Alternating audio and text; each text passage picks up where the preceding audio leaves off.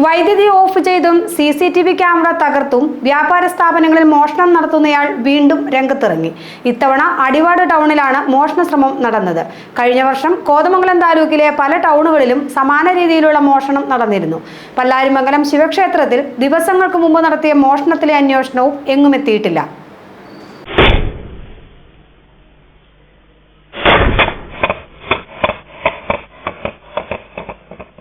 പല്ലാരിമംഗലം അടിവാട് ടൗണിലെ Razi mobiles and book stall എന്ന സ്ഥാപനത്തിലാണ് മോഷണ ശ്രമം നടന്നത്.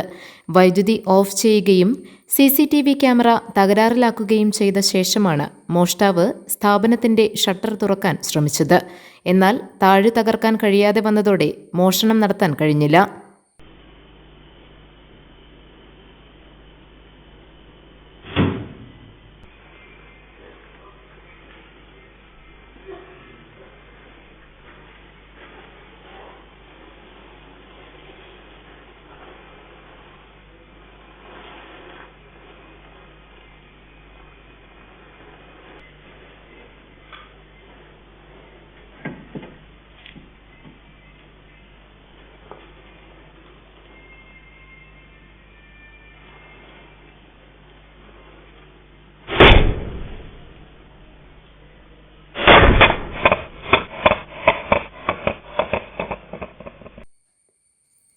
കഴിഞ്ഞ വർഷം കോതമംഗലം താലൂക്കിലെ ചെറു ടൗണുകളിൽ സമാനമായ രീതിയിൽ നിരവധി മോഷണങ്ങൾ നടന്നിരുന്നു.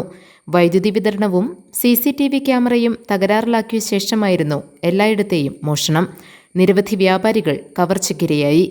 വിവിധ സ്റ്റേഷനുകളിൽ കേസ് രജിസ്റ്റർ ചെയ്തെങ്കിലും മോഷ്ടാവ് പിടിക്കപ്പെട്ടില്ല. ഈ സാഹചര്യത്തിലാണ് കള്ളൻ വീണ്ടും രംഗപ്രവേശം ചെയ്തിരിക്കുന്നത്. ഇതോടെ വ്യാപാരികൾ ആശങ്കയിലായിരിക്കുകയാണ്.